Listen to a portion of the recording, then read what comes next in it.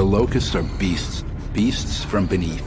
We wanted to see them in dark places, but see that face that just kind of peers out of the darkness, you know, and would steal children in the night, that type of thing, you know. We really wanted this idea of a subterranean monster and not an alien.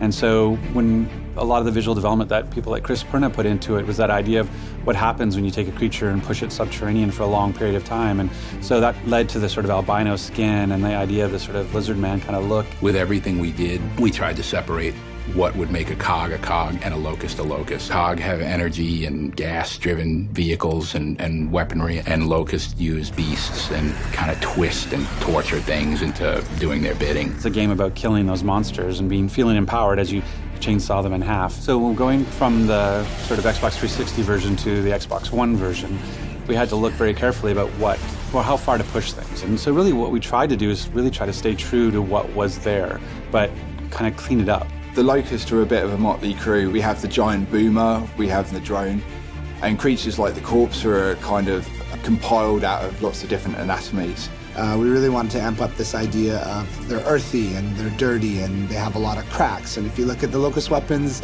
they have a lot of they look like dry earth sort of cracking on the paint. So even for things like leather and metal, we created standards. So we had one specific set of metal, one specific leather texture and skin texture that we could then share across all the locust characters, and in the end this made them feel all like they belong in that same world and like they all came from that one place. You even see elements of kind of real world things in there, so where armor sits against skin, you start to see that the skin looks ill and worn and sore, for want of a better word. You know, one of the nice things about remastering and sort of this modernization that we're doing is we have more time to think about these things. And I think that one of the bigger ones is Rom, as an example.